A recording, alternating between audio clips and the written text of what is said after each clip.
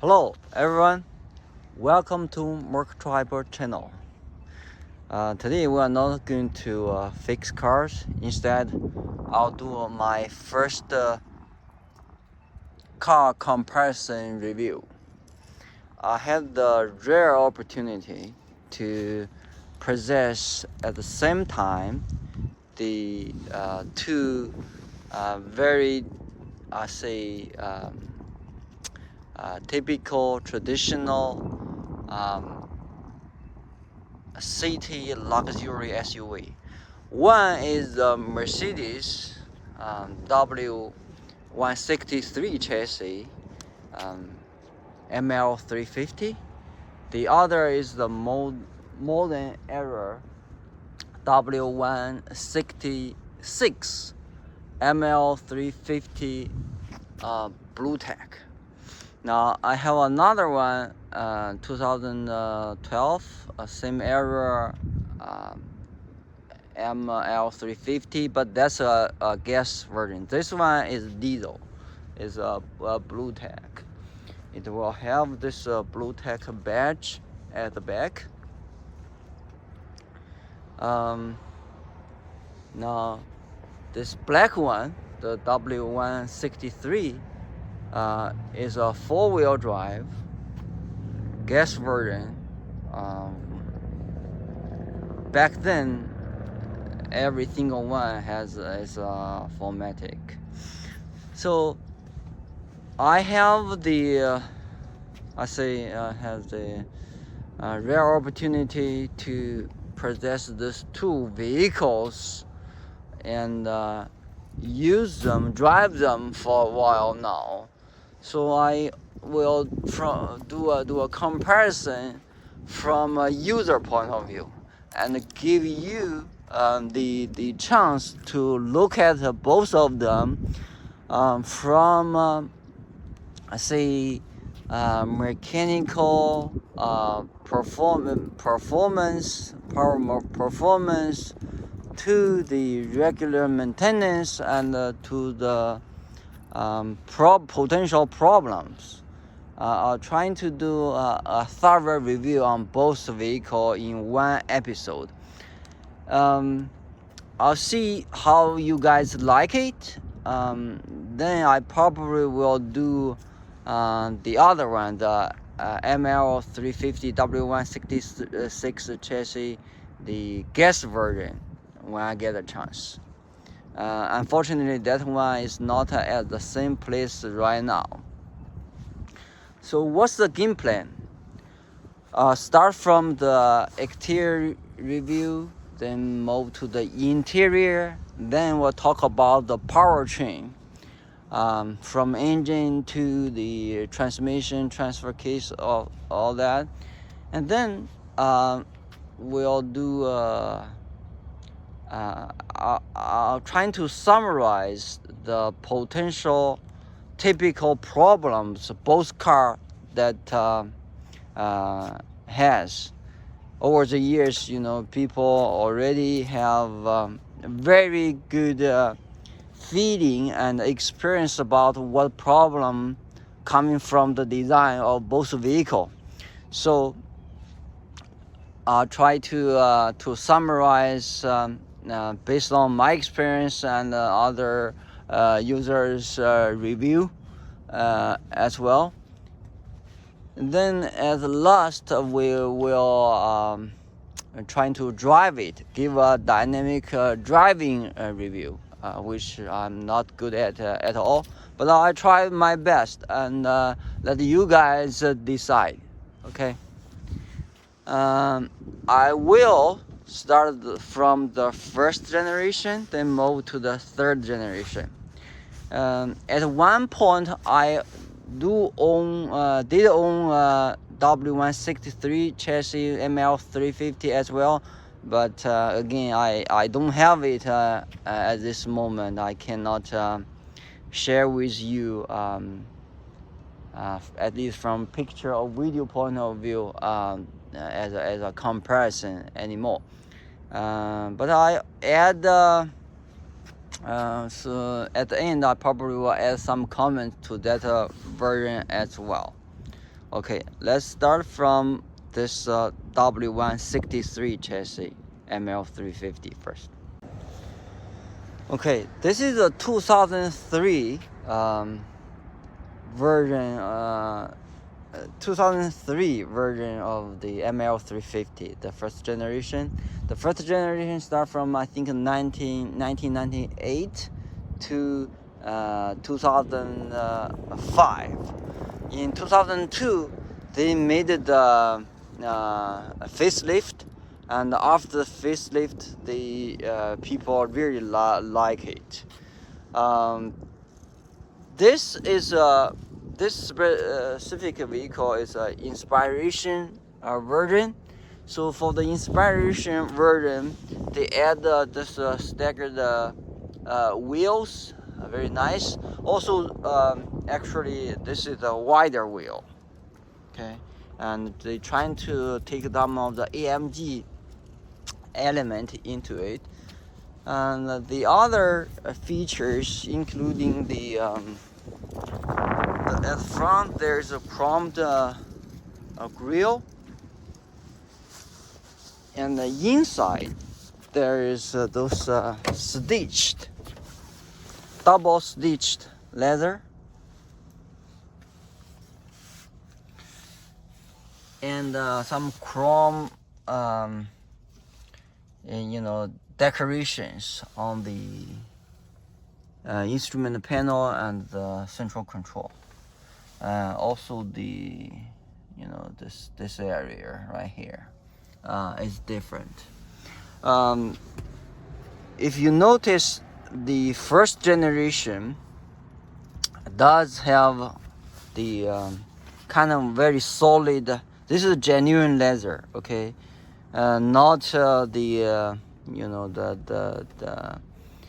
imitation leather like today's era. Oh, also the inspiration has a special type of floor mat. Okay, I do like this a lot. Both those kind of setup, the double stitch leather, very solid. The floor mat is high quality. Very cool design. See the double stitch leather. But okay, let's have a quick walk around of the first generation W163 chassis ML350. Okay, now this tow hitch is not from Mercedes, but I installed the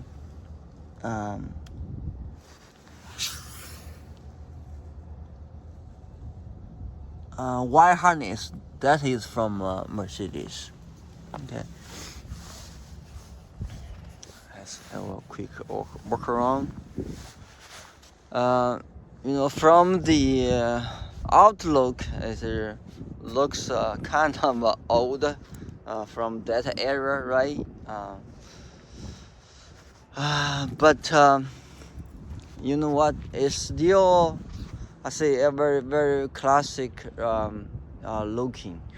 Especially, if you know a little bit about the W163 chassis, Mercedes designed to replace the G-Wagon. So this is a body on frame design. This is the only version of the body on frame design other than the G-Wagon. Okay, and I feel that especially looking from the back, it really helps. You see those waist lines right here. When looking from the back, it really has that G-Wagon kind of feeling. Mercedes failed to replace the G-Wagon by this vehicle. However, they were very successful in marketing this as a luxury city driving SUV. Used to be for a soccer mama, used to be driving those big suburban Tahoe SUVs, but when this one came out, it really gained popularity and established a unique positioning as a city SUV, daily driving vehicle. Okay, so this is the exterior. Let's move to interior.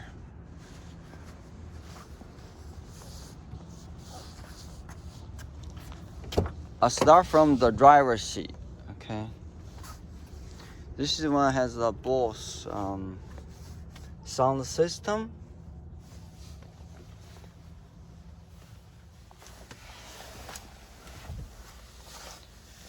Look at it. It has 200,000 miles already. Okay, but this one drives just perfect fine. Okay.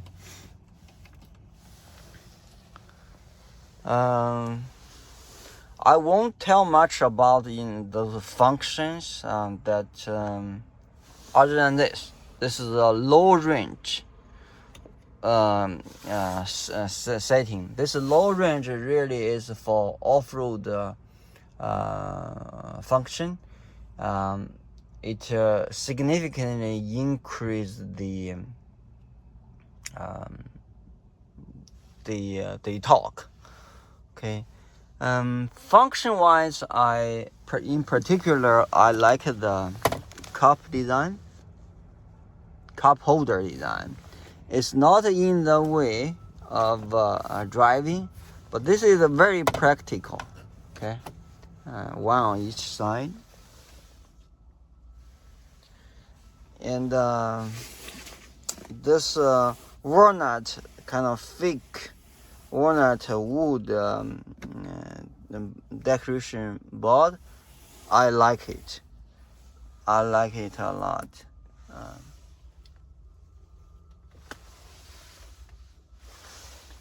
It's a one view from the front to the back. Let's get to the back. Now, this emergency button is right on the steering wheel. It sits very comfortable. Not very tall, I say. The position is not very tall. You do need to slam to close the door. Okay.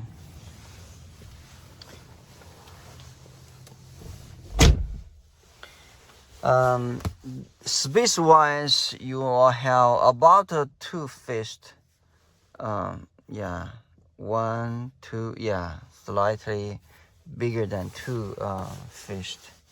Not very spacious for traditional. A typical American. You see the passenger size. Okay, this is the front. But it's good enough. Okay. And you can control the window, also the air conditioning.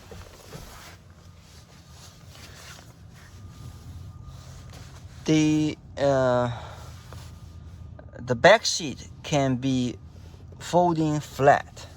Okay, if you pull this handle, and then move it forward, and this seat can be fold. Also this handle. Pull this lever up, you will drop the seat. This is very tight design. I'm not going to repeat, but you got the duplicate right here.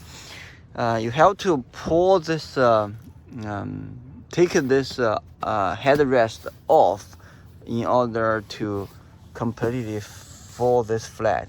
Once you fold this flat, you really get a large trunk area. It's not automatic, right? Back then, and it doesn't really need to be. But you have to admit to fold the back seat flat. It takes some effort.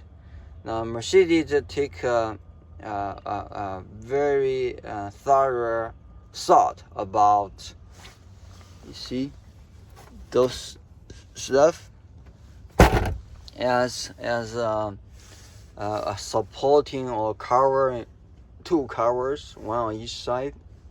Also, if you notice, this actually is for the third seat. It does offer the third row seat option. Okay. First aid kit tool. This is a warning triangle. In case you have some, you need some road assistance, break down the road. And this is where your CD exchanger and the floor jack. No, the floor, the jack. Where is storage area, tool area, and this area is an, I forgot. This is a first aid kit, or I forgot what this is where the gas tank area is. Okay, it does have a floor cargo cover, but this one, this car is missing that. Now, so they put the third row seat on, then they don't have the space for the spare tire, right? So the spare tire actually is stored underneath the vehicle. You have to lower that. There is a bolt to tighten that. You have to. I mean, it's not that convenient, but that's the balance of leverage of different utility and functions, right? So let's close it.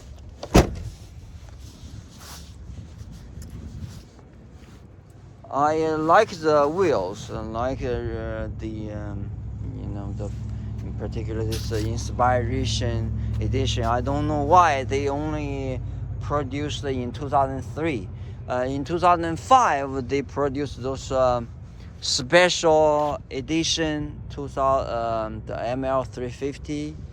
Also, they have the ML 430, ML 500, ML 55, and the basic version of ML 320 on the family series. But this one is good enough. It produces about 230 horsepower. Very powerful, very torquey motor. Okay, we introduced the exterior, interior. Now we are going to look at the engine. Okay, this is the engine bay of a very typical traditional, the M112 V6 and the M113 V8 engine in that area. No matter is ML or E series, C series, S series, they basically are similar, quite much similar. Okay. This one is V6. M112, M13 are very reliable engines. They don't have those camshaft adjuster or balance shaft issues like the W163, 64 and W166 chassis. They do have issue like the valve cover gasket, or some of the vacuum line. Those vacuum line are super weak. Basically, you just need to replace it, watch for it, and replace it.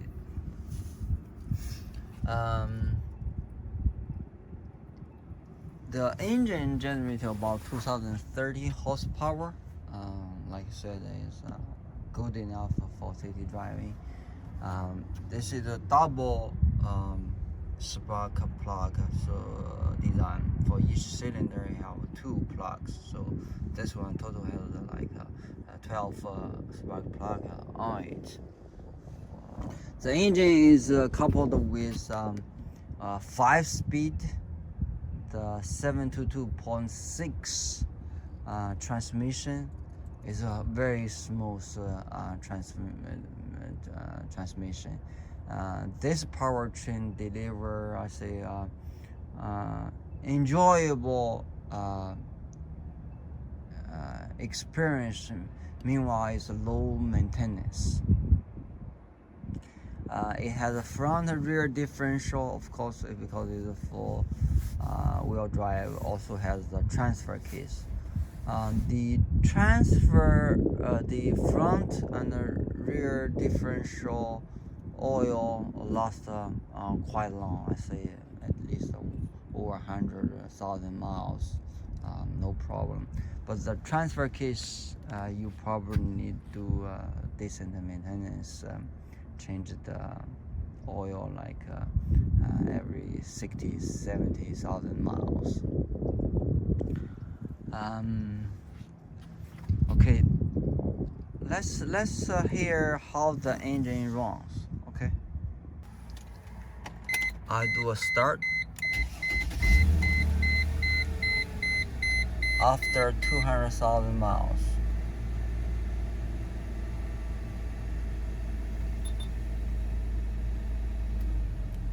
Yes, the engine quickly the idle speed get to like 600 RPM.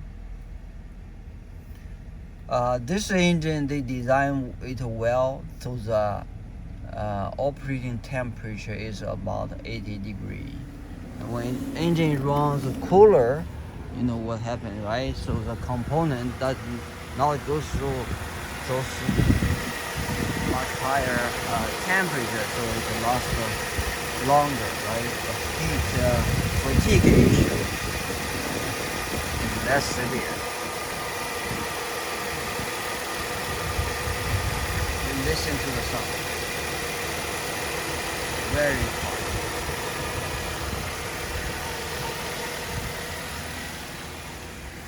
Step on the gas.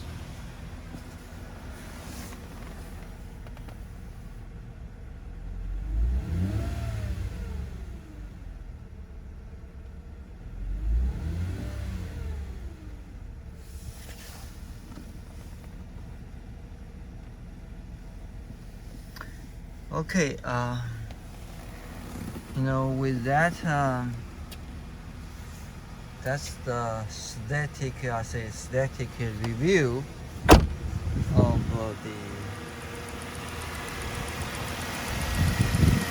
W163 ML350. But before we do road testing, let me summarize the typical design failure or design fault of this model. So what are the design faults? There are quite some, but not that difficult to address. Okay. This coolant overflow tank. See that I use the GB weld to strengthen this area. This elbow area. This is a troublesome area. It will break from here. Why? Because you see there's a this heavy piece right here, and to tighten, but inside this hose there's this copper and the plastic kind of a combination design, and that does not last long, doesn't have the strength, so it will break. You just need to replace the overflow tank. The brake booster seal now actually is inside the drive. It's on the gas pedal area. That seal will fail, at least on this vehicle. And what else? The well cover gasket will leak. All the vacuum hoses, those intake air breather hoses lines, they will break.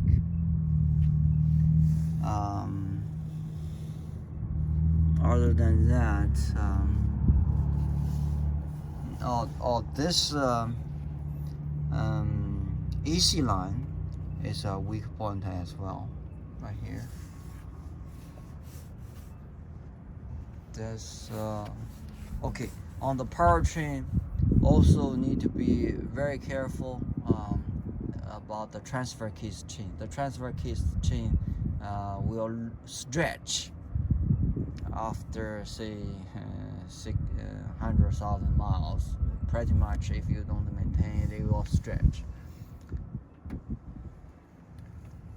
That's the engine area. Outside, what are the fitting points? Yes, of course, the front and rear bumper. They did not do the good FEA analysis, so they stretch. Somehow they will both the front and rear bumper will have crack on it. Sometimes including this decoration piece right here. Let's look at on the trunk area. I don't see much. There isn't much of the defect.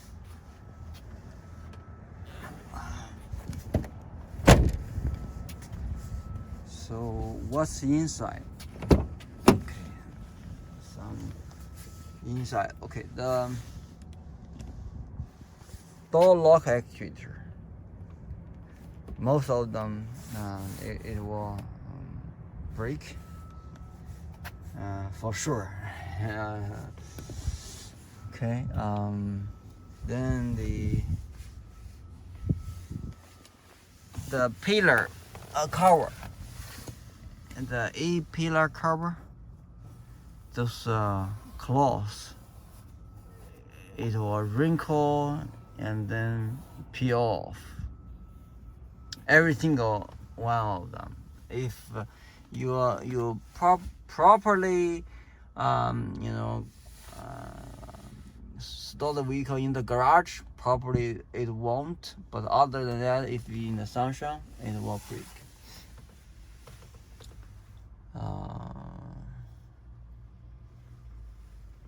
What else?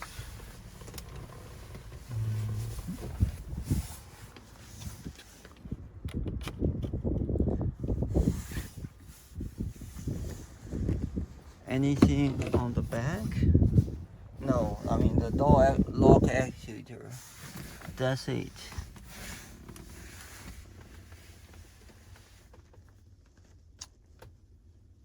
Yes, that's about it I can think of.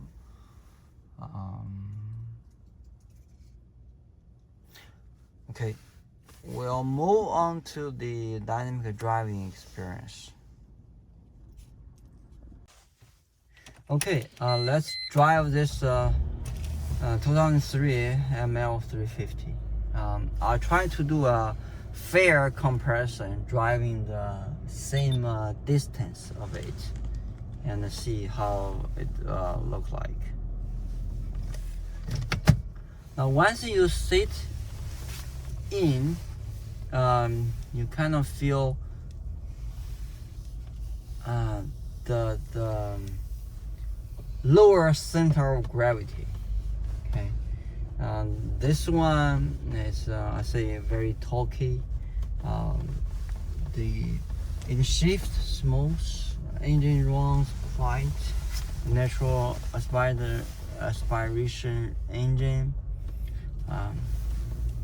In my opinion, is the one to go with,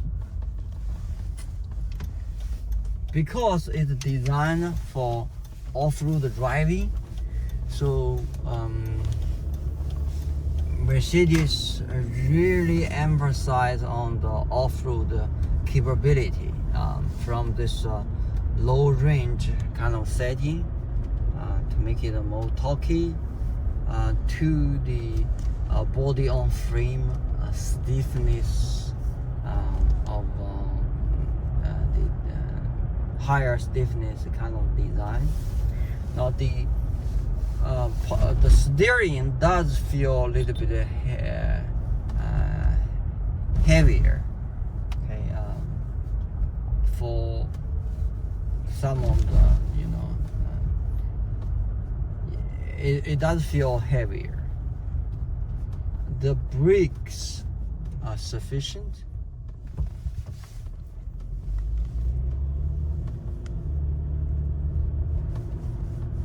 But you do feel that body roll.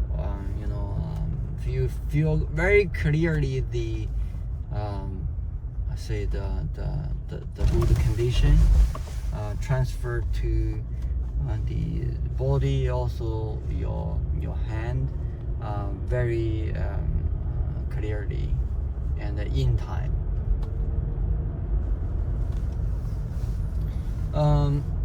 Although it only has 230 horsepower, but honestly it does not lack of power at all.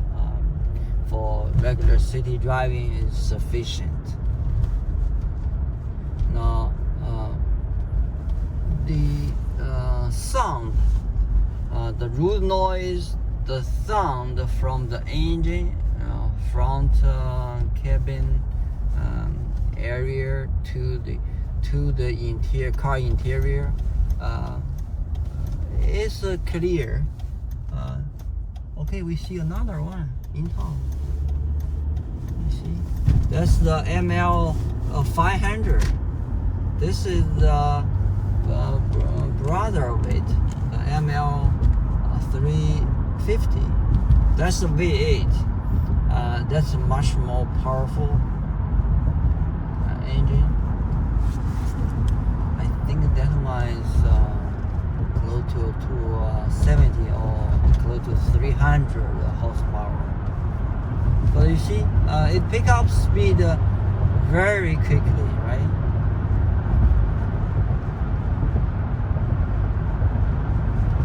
Other than the noise from the front windshield, you really don't feel the side. From the side, the wind noise, no, you don't feel it much at all.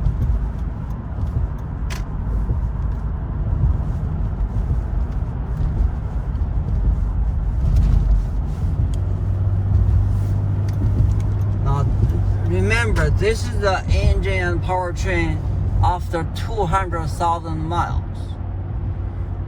And some of that noise from underneath the car actually is because of the stretched transfer case chain. That's a common failure.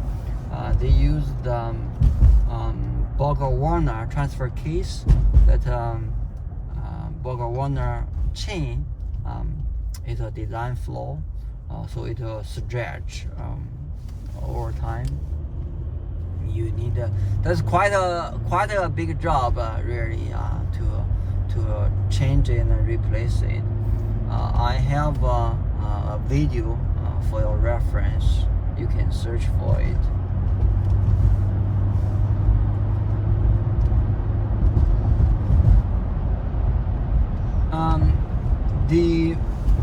I say when I drive this version of the ML350,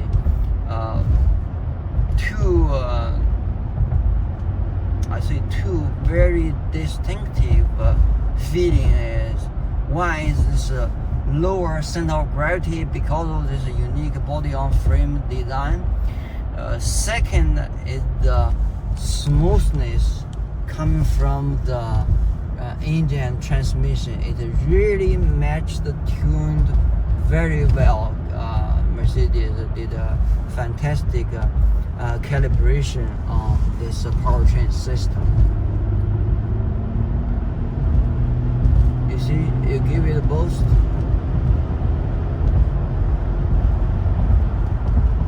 It's really poor for regular city driving. I say this is good enough. Back then in 2000 era, 1998 to 2005, this is the vehicle. This is actually a luxury, considered to be a luxury SUV, and by just driving it speaks for it. Although people say it's Alabama trash can, but look at it after, see how many years, 21 years, how well the overall quality, overall vehicle hold the quality for it itself, right?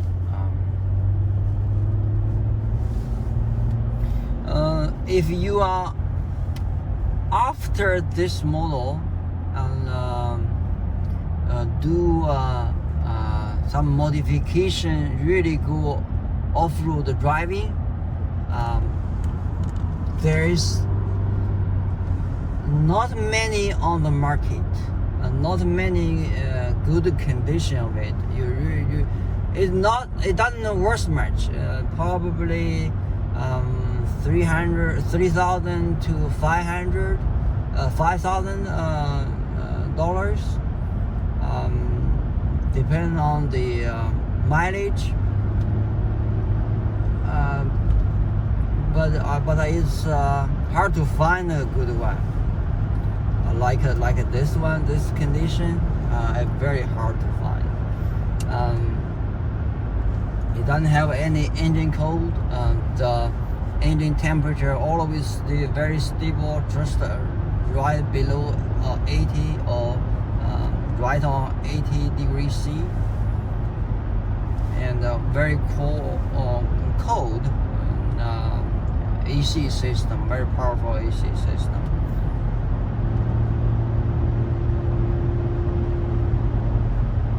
You see, even the wind noise is not that much on this. I say it does, no matter it's go off-road or driving in city, this vehicle set the bar, set the high level bar. Everyone is chasing after Mercedes, was chasing after Mercedes after their success on this W163 chassis SUV. So I I strongly recommend, if you have a chance, if you wanna look for one, just go for it. You won't go wrong with it at all. You know, just for driving experience, for comfortability, for low maintenance cost, this is a good choice. So with that, I conclude my review on this W163 chassis, first generation Mercedes ML350. Okay, now let's move on to the third generation W166 chassis ML350. Just by looking at it, this is a very modern design now, right? It looks bigger, looks wider, and longer. It is longer. I don't know the data, but you can check on it. We'll look at the trunk area and the back seat.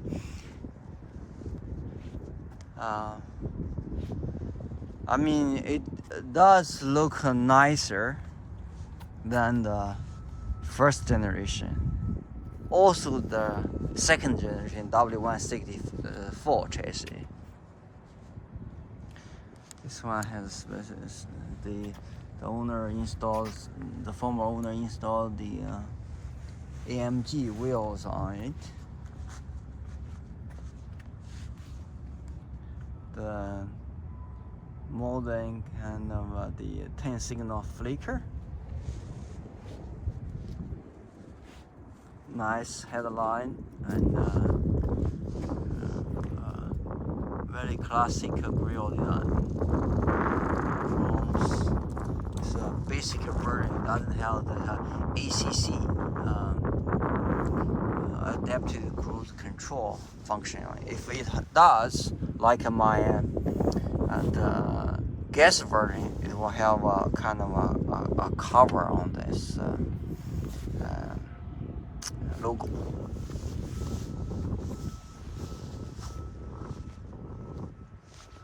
Okay, let's look at the interior.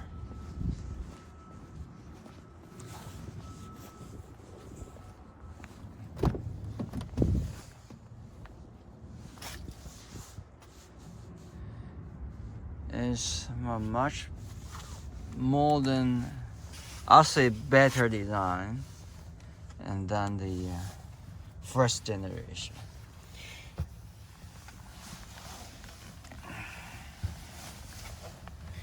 The W164 chassis eliminate the engine temperature indicator on the instrument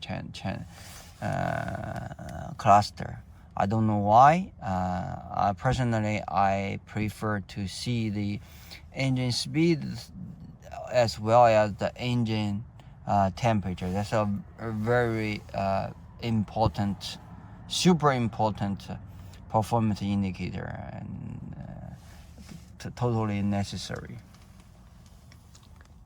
Those are the temperature controls, navigation, CD disc. Also has this media slot. If you insert SD card, you can store like a music or storage, the sound system. Okay. Some people don't like it, but personally I like this joystick kind of control. Okay.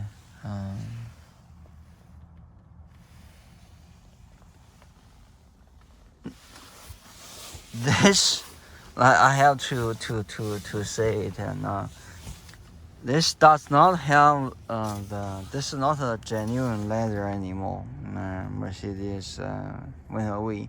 You have to pay extra.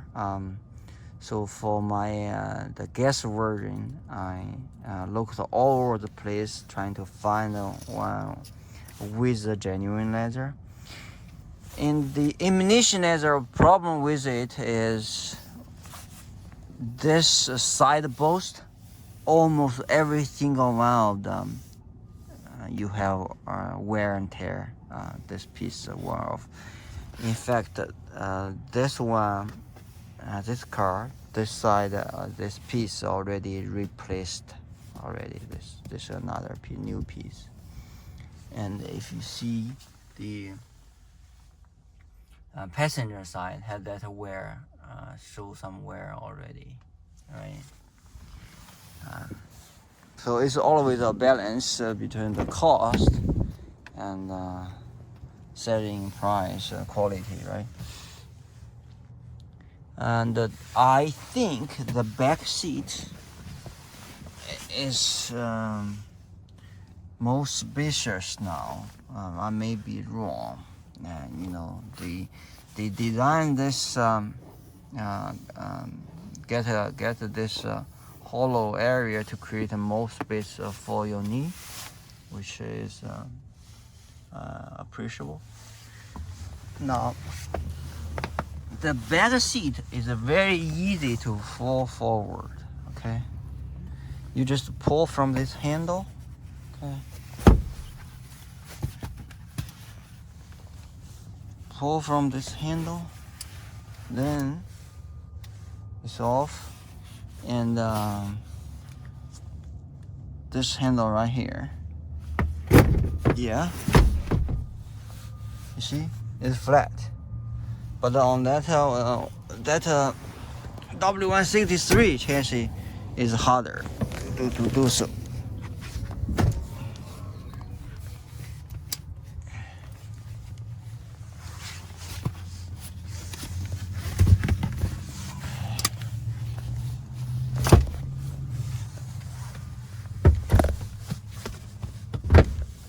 You see, it's done. Now let's look at the trunk. Now everything is become automatic, right? This one has tow hitch, factory tow hitch, and factory wire harness, tow hitch wire harness.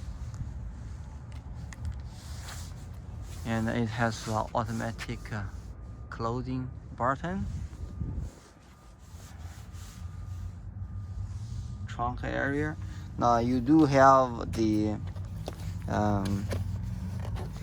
this vehicle does not have the third row seat option, so they are able to put the spare tire in the trunk. Okay.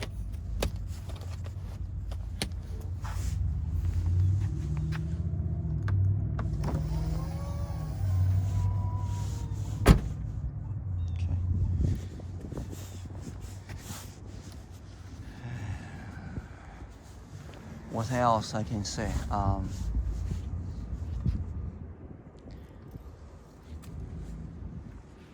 This is a quick walk around of interior and exterior.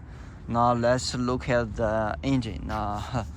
This car has a diesel engine, so a bit different from a gas engine, but keep that in mind. This is the famous and infamous OM642 diesel engine that Mercedes used on many of their Mercedes cars, sedan, SUV, also their Sprinter cargo vans. It's designed for long distance driving. For city usage, honestly, I do not really recommend it. Although you may like the torque, like the power of it, but the maintenance is a headache for regular user. There are too many problems associated with this engine if not meticulously maintained. If you don't want to maintain it like a dealer place or some special mechanic knows this engine well, you just a regular user, I strongly recommend to choose the gasoline version of it. The M276 or M278, especially the M276 V6 gasoline engine. Those are super reliable engine, no problem. You just do regular maintenance on it. The transmission is the 7-speed automatic, the 722.9 version. Regardless of diesel or gasoline, they use the same transmission. Also, the front and rear differential and the transfer case, they are the same on both gas and diesel engine platforms. So after I got this one, I have replaced all the fluid, rear front differential, transfer case, transmission, of course the engine oil, the coolant, the brake fluid flush,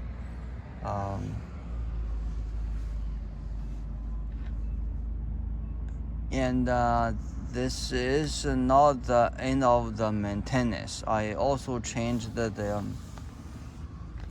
air filter, engine air filter, the cabin air filter in this area, the fuel filter. Is quite a task to replace the fuel filter, but it's a regular maintenance for diesel engines.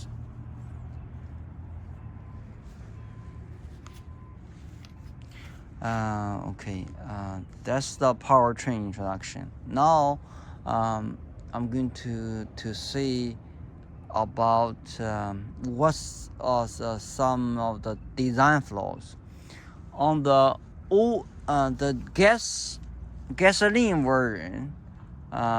There isn't really much, even for the camshaft adjuster or the chain tensioner. Very rarely there is failure on it if you do a proper the oil change. Just trying to maintain that 7,000 to 8,000 miles or even less oil change interval, you will be fine. Not much complaint at all. It's excellent. The W163 chassis, excellent platform. So for the diesel OM642 version, there are too much complaint about it. From the famous oil cooler seal leak to the black death, those fuel injector seals, and it will kind of seize up. You have to really work hard to pull the fuel injector out. Everything because the engine run hotter is a turbo engine, so EGR system, the turbo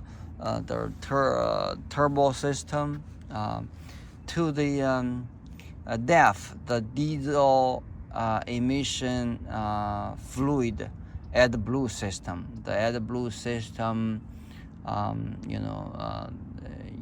they have to use the diesel particle filter to capture it, and then we'll clog the system. If they clog the system,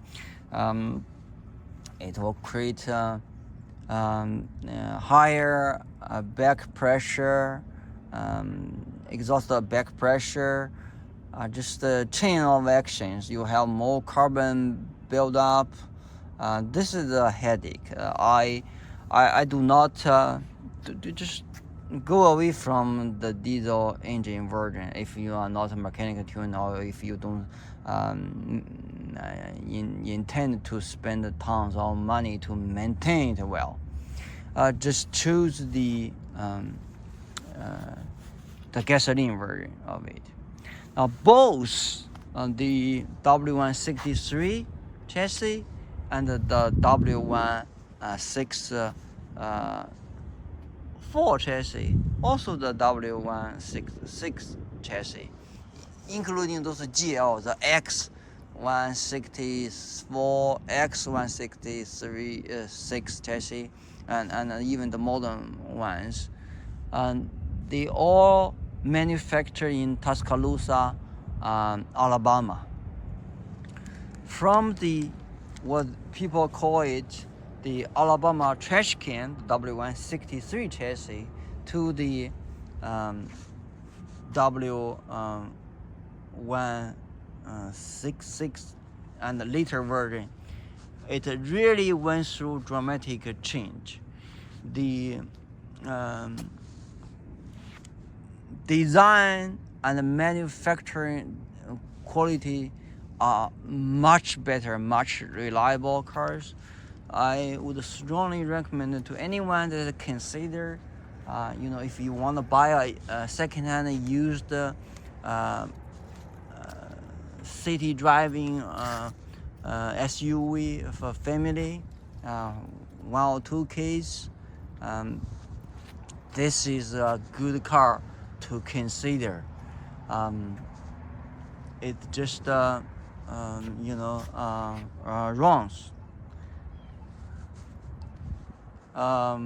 Okay, let's hear how the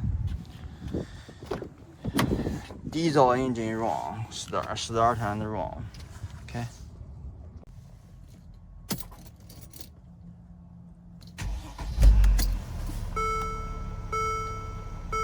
$125,000 miles.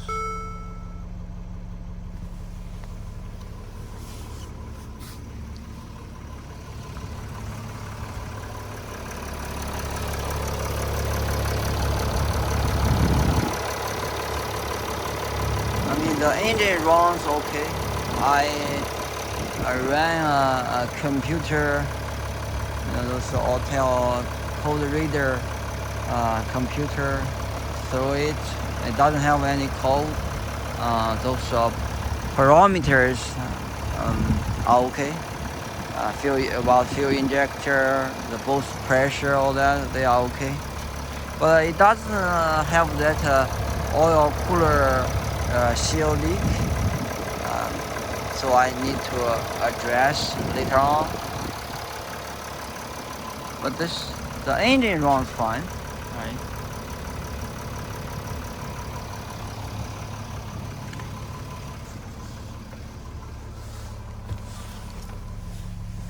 Let's give it a boost.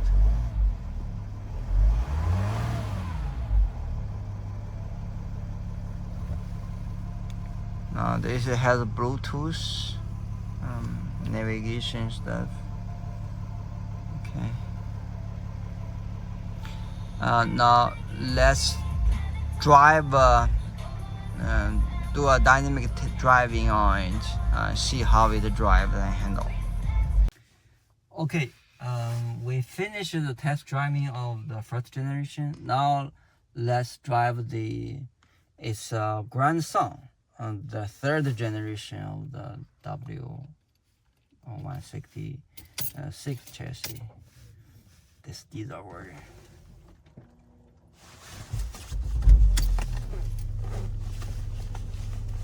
Now diesel is slightly louder when the engine runs. You can hear it.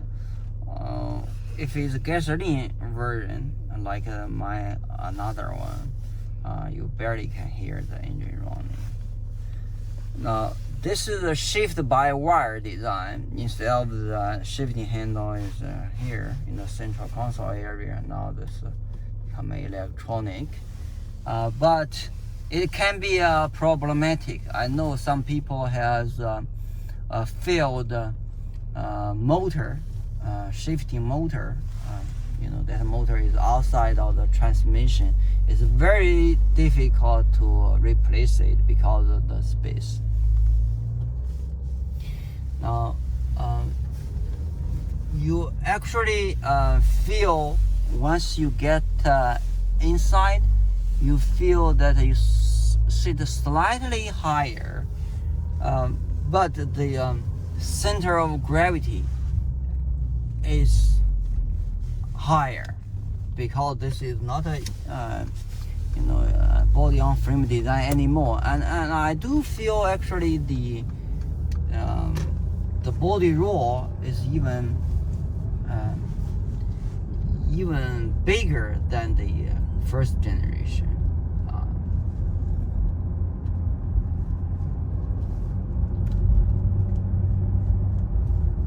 Now, the overall the steering wheel now become, instead of use the oil pump to hydraulic to help you to turn the wheel, now become electric power steering. So they get rid of the oil pump, use the kind of a motor driven design, so the power steering feel much lighter now. Let's see this bump, how this bump is performed. I'll say you feel actually is more bumpy than the first generation, right?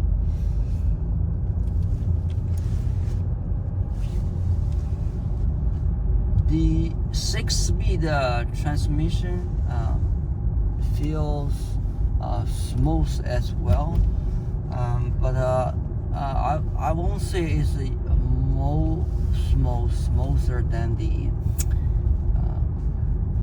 5-speed transmission. It's more feel economic. The first generation get about say 20 miles per gallon on the highway.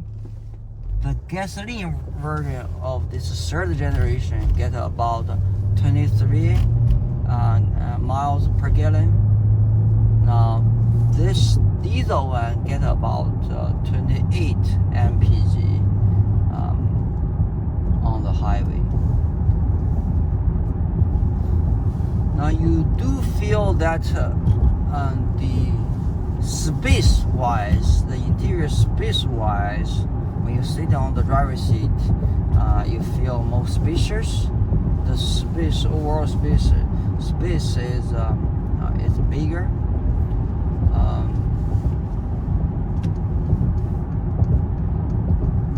And the visibility of driving visibility of it is better.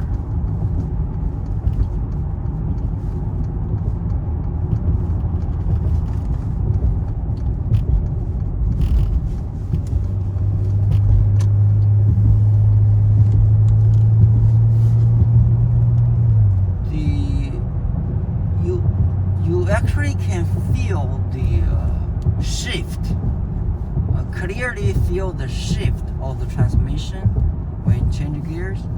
But on the 5-speed, I say it's less clear. It's more smoother. That's my kind of personal feeling. The brake power of this W166 chassis is more, because of diesel engine. At the red light, you do feel hear that engine sound. It's not a fair comparison from gasoline to gasoline. The gasoline version of the W166 chassis is quieter at the red light.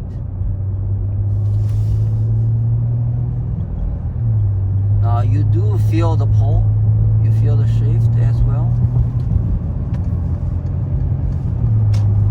But this one clearly has more horsepower, right?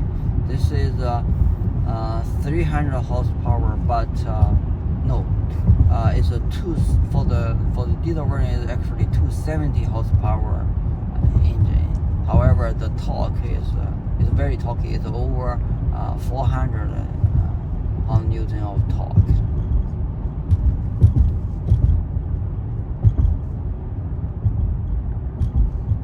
We are driving the same distance. Now, this particular car has an AMG version, has that AMG tires, wheels and tires, and it does affect the I say the road noise a little bit, and my regular gasoline, also the regular size of the that was 255 50 are 19-inch wheels, also with say the more comfortable tires. It does feel better, quieter than this particular vehicle. I just changed the front and the rear brake pad and the rotors, so it brakes very well. Let's give it a boost right here. See how it pulls. It pulls stronger than the first generation, but you feel the shift, right? You do feel the shift. Now especially at speed when you pass the 70 miles per hour. From that on, this W166 chassis vehicle pick up speed faster and quicker, more nimble than the first generation. From that point, you feel the slight lack of car power on the first generation, the ML350, but I don't think that was the case on the ML500. So if you go after power, you can go after the ML430, ML500, and for the W166 chassis, there is the ML550, ML63 AMG. For the first generation, they have the ML55 AMG version as well. So Mercedes does provide you a variety of powertrain choice. So this is a comparison, a direct kind of comparison from a user point of view between the first and third generation of Mercedes mid-size SUV. What do you think? Which one do you like?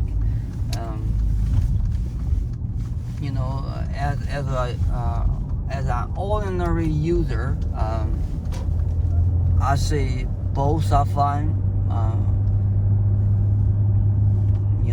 With the either version, you can get modern equipment like CarPlay. You can install it. You install the front and the rear cameras. No problem. You'll get it. But I do have to say that the third generation is a more excellent platform. You won't go wrong with it. Just think of from this point of view. Now the first generation is when the Tuscaloosa plant was just built, and they have their equipment, their personnel have to go through the trainings to build a quality car, right? Now 10 years or 15 years later, their personnel, their equipment, all is getting better. Their quality of control, their system is just way more better than when it just started. So you got no reason to not trust the later version. It's not a better. It's definitely a better vehicle to rely on, to enjoy this.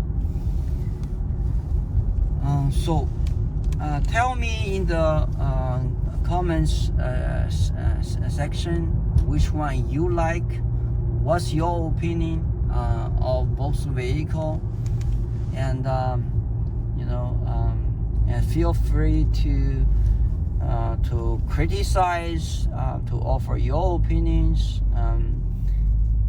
and share your experience, inspire more people to do DIYs, to tell their story, their love about their cars. And that's the purpose of this channel about. And thank you again for watching. I'll see you next time.